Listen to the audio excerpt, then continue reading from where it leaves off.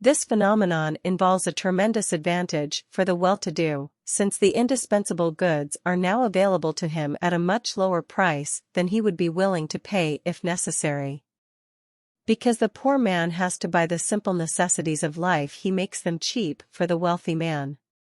Even if the latter had to spend the same proportion of his income as the poor man for his basic needs, food, shelter, and clothing, he would still have more money left for luxuries. Instead, he has the additional advantage that he can satisfy his basic needs with a relatively smaller part of his income, and with the remaining part he has freedom of choice in the use of his money, which makes him an object of respect and deference beyond his actual economic income. The pecuniary resources of the poor are not surrounded by this sphere of unlimited possibilities, because they immediately and undoubtedly terminate in very definite purposes. For the poor, these resources are not simply means at their disposal in the same pure and abstract sense as they are for the rich, because the purpose is already embedded in them and colors and directs them. The German language very subtly terms those who own a considerable amount of money bemittelt, that is, equipped with means. The freedom associated with such resources leads to yet another unearned increment. Wherever public functionaries are unpaid, it is only well-to-do people who are able to hold the leading positions. The general of the Achaean League, just as much as the English member of Parliament, at least until recently, had to be well off. For this reason, in countries that paid their officials very little, a complete plutocracy, a form of hereditary concentration of high officials in a few families, often developed. Whereas it seems that unsalaried positions separate money interests from the interest in service, the positions of officials, with all the honor, power, and opportunities associated with them, become an annex of wealth. It is obvious that this situation is best served by the money form of wealth, because its teleological indifference allows the personage completely free disposal of his time, his place of residence, and the direction of his activities. The honors acquired by wealth and the moral esteem that it enjoys is condensed, through the unsalaried official functions, to a center of power in leading offices that is unattainable to the poor. This is, in turn, related to a further unearned increment, associated with the fame of service to one's country, which, though often quite deserved, is granted on other than ethical grounds, namely on the purely technical grounds of mere money ownership. We observe the same situation at a higher level, when, at the end of the Middle Ages in Lubeck, wealthy people liked to join several fraternities to make their salvation more secure. The technical means for the attainment of religious blessing in the Edieval Church were often such that only the wealthy could use them. Aside from their transcendental purpose, and as an unearned discount, they brought with them a certain amount of worldly prestige and advantage, such as the membership in several fraternities. At the psychological level, the overstepping of the property boundary outlined above produces the following unearned increment. The question of how much a desired object costs in many cases plays no role at all for those who are extremely wealthy. This means much more than is usually associated with this everyday expression. As long as the income is tied to definite purposes, every expenditure is unavoidably burdened with the thought of the required costs. For the majority of people, the question of how much stands between a desire and its satisfaction. It implies a certain materialization of things that does not exist for the real financial aristocrat. Whoever owns money beyond a certain level thereby gains the additional advantage of being allowed to be contemptuous of it.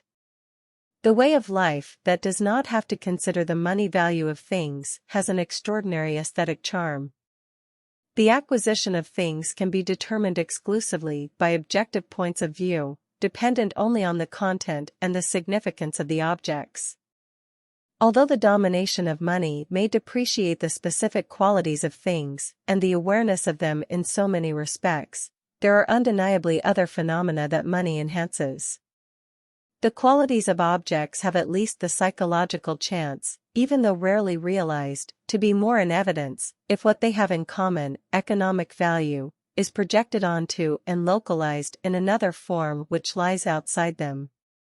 Every way of life that does not have to take money into account avoids the distractions and shadows that arise for the purely objective quality and valuation of things through which these internally completely alien relations arrive at their money price. Wherever the less well-to-do person is able to purchase the same object as the very rich person, the latter enjoys the psychological unearned increment of ease and directness. Unlike the less prosperous person, the very rich person is not distracted in his acquisition and enjoyment by the problem of sacrificing money. In a contrary manner, we shall see later that the blasé attitude deadens the particularity and specific charms of things and reduces them to shadows of monetary wealth. Yet far from disproving the other relation, it merely illustrates the essential qualities of money. Through its distancing from every specific determination, money is able to take up the threads of internal and external life that run in completely opposite directions and to act as a tool of decisive cultural and representational importance for any one of them. This is the incomparable significance of money for the evolutionary process of the practical mind. It achieves the utmost reduction of the specific qualities and the one-sided character of all empirical forms. What one might term the tragedy of human concept formation lies in the fact that the higher concept, which through its breadth embraces a growing number of details, must count upon increasing loss of content. Money is the perfect practical counterpart of such a higher category, namely a form of being whose qualities are generality and lack of content, a form of being that endows these qualities with real power and whose relation to all the contrary qualities of the objects transacted and to their psychological constellations can be equally interpreted as service and as domination. The unearned increment of the ownership of money is nothing but a single instance of what one might call the metaphysical quality of money, namely, to extend beyond every particular use and, since it is the ultimate means, to realize the possibility of all values as the value of all possibilities. Money's congruence with those who are marginal. I wish to extract from the sphere of activity of these relations a second series of relations.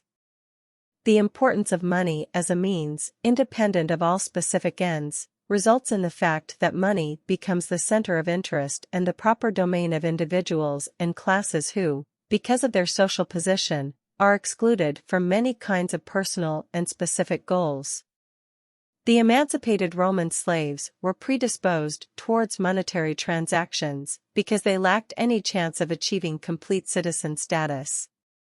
Already in Athens, at the very inception of pure monetary transactions in the 4th century, the wealthiest banker, Passion, had started his career as a slave.